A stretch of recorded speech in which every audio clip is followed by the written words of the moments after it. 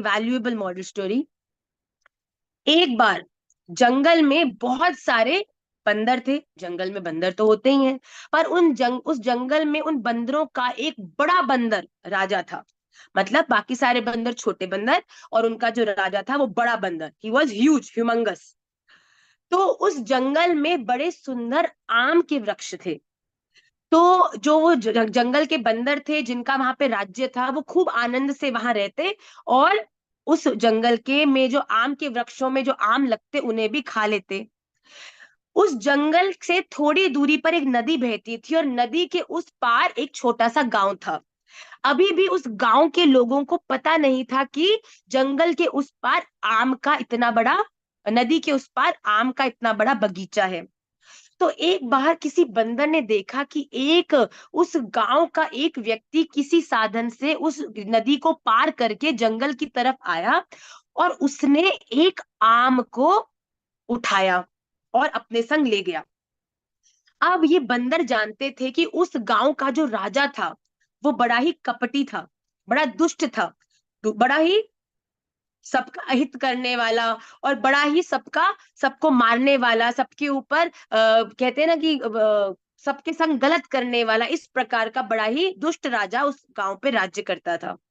तो जैसे ही वो व्यक्ति उस आम को लेकर वहां गया, तो एक बंदर ने देख लिया कि अरे बाप रे, अब इस गांव वालों को पता चल जाएगा कि आम का वृक्ष यहाँ है, और ये यहाँ पर आकर हम सबको मार देंगे और सारे आमों को ले जाएंगे। अब जैसे ही वो व्यक्ति अपने गांव पहुंचा, राजा के राज्य में गया और कहा कि देखो राजा, ये मुझे बड़ा ही एक अद्भुत फल मिला जंगल में। तो राजा ने उसे देखा, कहा ये तो बड़ा सुंदर है दिखने में, पीला पीला, बड़ी सुंदर इसका आकार भी है। तो राजा ने कहा इसको काटा जाए। कटवाया, और कहा कि जो मेरी प्रजा के दो सैनिकों को बुलाओ। उनको बुलाकर कहा कि इस फल को तुम पहले खाओ। राजा देखना चाहता था कि कहीं ये फल जहरीला तो नहीं है। तो राजा ने पहले उन दो सैनिकों को फल खिलाया, और जब सैनिकों ने खाया और इतनी तारीफ करी, तो राजा ने देखा कि विषैला नहीं है, तो राजा ने भी उसका आस्वादन किया। और उस फल को खाकर, आम को खाकर, राजा तो बावरा सा है गयो। कह ना इतना स्वादिष्ट, इतना टेस्टी फल तो मैंने आज तक नहीं खाया। कहा कहाँ मिला है? तो उसने कहा कि जंगल के उस पार हमको चलना पड़ेगा। राजा ने तुरंत आदेश दिया सभी सैनिकों को कि हम सभी को तुरंत जंगल के उस पार, नदी के उस पार जाना है, और जंगल से बहुत सारे इन्हीं फलों को लेकर राज्य में वापस आना है। अब बंदरों का जो राजा था, बड़ा बंदर, वो बड़ा समझदार। वो जानता था कि कभी ना कभी, जल्दी ही जल्दी, राजा अपनी सेना को लेकर यहाँ आएगा, और हम बंदरों को मारकर सभी आमों को यहाँ से ले जाएगा। तो उस राजा ने, जो बंदरों का राजा था, जो बड़ा बंदर था, उसने कहा कि हम जल्दी से इस चट्टान को छोड़कर हम दूसरी चट्टान की तरफ चले जाते हैं। वहां पर एक और जंगल है, हम वहां पर जाकर रहने लगेंगे, जिससे कि मेरी सारी प्रजा के बंदर जो है वो सुरक्षित हो जाएंगे। अब दोनों चट्टानों के बीच में थी खाई। तो क्या किया? खाई मतलब नदी, नीचे नदी। तो बड़े बंदर ने कहा कि मैं एक चट्टान पे अपने चरण रखूंगा और दूसरी चट्टान तक इस प्रकार से लेट जाऊंगा, और तुम मेरी प्रजा के सारे बंदर जल्दी जल्दी से मेरे ऊपर कदम रखते हुए दूसरी ओर पहुंच जाओ, जिससे कि मेरी सारी प्रजा सुरक्षित हो जाएगी। जैसा राजा ने कहा वैसे ही सब करने लगे। एक चट्टान से दूसरी चट्टान पे जल्दी जल्दी बंदर अपने राजा की छाती के ऊपर से चलते हुए दूसरी चट्टान तक पहुंच गए। उन बंदरों की सेना में एक बंदर था जो उस बड़े बंदर से बड़ी ईर्ष्या करता था, राजा से। तो उसने क्या किया, एक लकड़ी जो कि नोकीली थी, उस लकड़ी को हाथ में लिया, और जैसे ही वो उस राजा के ऊपर से निकल रहा था, उसने राजा की जांग में उस लकड़ी को जोर से मार दिया। राजा खून से लथपथा हो गया, पर फिर भी राजा वहां से हिला नहीं। बचे हुए सारे बंदरों को उसने इस ओर से उस ओर पहुंचाया, और जैसे ही आखिरी बंदर ने उस चट्टान को क्रॉस किया, उसी समय राजा की जो पूरी ऊर्जा थी वो खत्म हो गई, और वो धड़ाम सीने उस खाई के बीच में जाकर गिर पड़ा।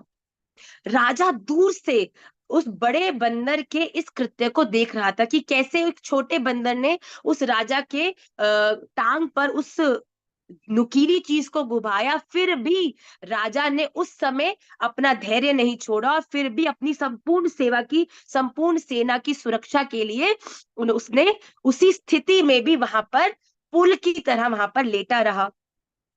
तो जैसे ही राजा ने देखा कि जो बड़ा बंदर था वो नदी में गिर गया है नीचे, वो दौड़ के उसने सैनिकों को आज्ञा दी। तुरंत उस बड़े बंदर को बुलाया गया, चिकित्सालय में ले जाया गया, वहां पर उसका इलाज किया गया। और जब वो बड़ा बंदर कुछ ठीक हो गया, तब राजा ने उस बड़े बंदर को कहा, अरे बड़े बंदर, मैं जानता हूं तुम बंदरों के राजा हो, पर ये बड़ी विपरीत बात हुई। राजा की सुरक्षा तो सबसे पहली जिम्मेदारी होती है, तो तुम्हें तो ऐसे में सबसे पहले जाना चाहिए था। तो तुम तो अपने बंदरों की सहायता के लिए, उनकी सुरक्षा के लिए खुद लेट गए। तो उस समय जो वचन उस बड़े बंदर ने कहे, वो हम सबको बड़े ध्यान से सुनने हैं। उस बड़े बंदर ने राजा से दो शब्द कहे। उसने कहा, मुझे सबका ख्याल रखना है, मुझे सबका ख्याल रखना है, इसीलिए तो मैं राजा हूं। मैं राजा क्यों हूं? मैं राजा बनने का क्या कारण है? क्योंकि संपूर्ण प्रजा की सेवा करूंगा, तभी तो मैं राजा हूं। अगर आप किसी की सेवा नहीं करो, आप किसी की मदद नहीं करो, आप जीवन में कुछ भी अच्छा नहीं करो, तो आप तो एक सामान्य व्यक्ति हुए। पर उस बड़े बंदर ने कहा, क्योंकि मैं सामान्य नहीं था, क्योंकि मैं राजा था, इसीलिए ही मेरा उन सबका ध्यान रखने का कर्तव्य था। पहले वो लोग थे, क्योंकि उन लोगों से मैं था। अगर अगर प्रजा ही नहीं होगी तो कोई राजा हो सकता है? बताओ। अगर प्रजा होगी तो ही तो राजा होगा ना। अगर एक व्यक्ति अकेला होगा, बोलेगा मैं राजा हूं, बोलेंगे हाँ जी किसके राजा हो, बोलेंगे अब मैं ही राजा हूं और अपना ही राजा हूं, तो लोग कहेंगे बिल्कुल मूर्ख है, तो पागल हो चुका है। तो उसने बोला, क्योंकि मैं राजा हूं इसीलिए तो मुझे उनका ख्याल करना है। ये सुनकर वो जो दूसरा राजा था, दुष्ट राजा था, वो बड़ा शर्मिंदा हो गया कि मैं सोचता था कि मैं इंपॉर्टेंट हूं और सबको मेरा ध्यान रखना चाहिए, इसीलिए हर समय हर चीज पहले लोगों को चकाता कि मरेंगे तो ये मरेंगे, युद्ध में भी पहले इनको भेजता, मरेंगे तो ये मरेंगे, मैं सुरक्षित रहना चाहिए। पर आज इस बड़े बंदर ने मुझे एक सीख सिखाई कि अगर हम जीवन में बड़े हैं, अगर हम जीवन में राजा हैं, तो ये हमारा कर्तव्य है कि हम अपने आसपास सबका ध्यान रखें। अगर आप भी सबके तरह होकर कि अरे ये तो ऐसी है, ये तो वैसी है, ये ऐसी बात करती है, इससे बात करने का मेरा कोई मतलब नहीं है, इस प्रकार से इसकी सहायता मैं क्यों करूं, ये सेवा मैं क्यों करूं, तो आपने और किसी सामान्य व्यक्ति में कोई अंतर नहीं है। पर आप सभी लोग, ये 100 लोग जो इस समय कक्षा से जुड़े हुए हैं, आप सभी सामान्य नहीं हैं। आप श्री राधा रमन देव जू के नौकर हैं, इसीलिए इस दुनिया के भी राजा हैं। आपको ये बात सदा ध्यान रखनी पड़ेगी कि श्री राधा रमन देवजू ने आपको अपने परिषद, अपने पार्षद के रूप में इस भूमि पर भेजा है। आपका कर्तव्य है कि आप भगवान श्री कृष्ण के उन पार्षदों में से एक हैं, जिनके जीवन का उद्देश्य सामान्य होना नहीं है। हमने जन्म लिया, रोटी बनाई, खाना अपने बच्चों को खिलाया, खुद खाया, बिल्कुल घर का झाड़ू पोछा किया, बस तान दुपट्टा सो गए, सुबह उठे फिर रोटी बनाई, फिर खाया, फिर बच्चों को खिलाया, फिर हमने घर का काम किया, फिर तान दुपट्टा सो गए। ये आपके जीवन का एकमात्र लक्ष्य नहीं है।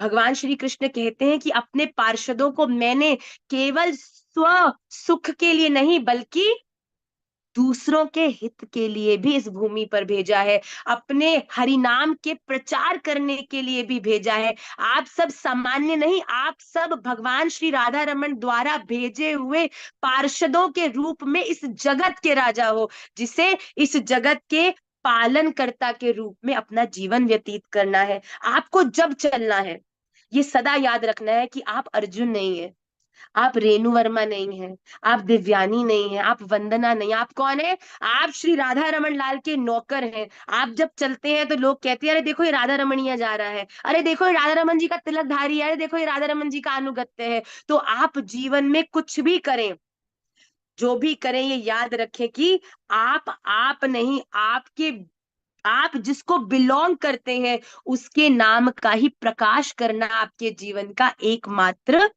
आपके जीवन का कर्तव्य है। आपने बैठना, उठना, चलना, सोना, आना जाना सब ऐसा होना चाहिए जो कि सबके लिए इंस्पिरेशनल हो। आप जब बाहर जाओ, दूसरों की अपनों की सेवा तो हर व्यक्ति करता है। आपकी मैया आपका ध्यान नहीं रखेगी? मजा तो तब आए, आप मैया है, अपने भूखे बालक को तो आपने जरूर खाना खिलाया, पर जब रोड पर चलते हुए आपने किसी अनन्य भूखे व्यक्ति को, भूखे बच्चे को देखा, तब गाड़ी रोककर कुछ फल आदि लेकर दो चार उसको भी दे दिए कि बच्चा तू भूखा लगता है, ले कुछ जल, कुछ फल खा ले, ले कुछ जल पी ले, कुछ वस्त्र दान किए, कुछ सेवा करी, कुछ हरि नाम का दान किया। महाराज जी बड़ी सुंदर बात कहते हैं कि कोई व्यक्ति किसी को जल का दान करे तो वो उसके शरीर में एक दिन के लिए रहता है।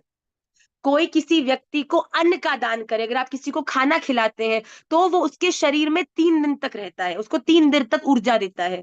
पर महाराज श्री कहते हैं कि अगर कोई व्यक्ति किसी को हरि नाम का दान करे, किसी एक अच्छी बात का दान करे, तो वो एक बात उसके जीवन भर उसके साथ रहती है और आखिरी दम तक उसकी वो कही हुई बात उसका मार्गदर्शन करके उसे श्री राधा रमण देव जी के चरणों तक पहुंचाती है। इसीलिए वो जो बड़ा बंदर था, उसने राजा बना और अपनी प्रजा का ध्यान करते हुए उस संपूर्ण प्रजा का, जो उसके थे भी नहीं, ना उसके स्वजन थे, ना उसके भाई बंधु थे, फिर भी उसके साथ रहते हुए अन्य बंदर थे, उनकी सहायता करी। वैसे ही हम भी अपनों के लिए तो जरूर करें, पर अपनों के अलावा जो उपेक्षित है, जो सेवा चाहते हैं, जिनको किसी प्रकार की सहायता चाहिए हरि नाम की, अपने जीवन में इस प्रकार आप राजा बने। राजा क्या करता है?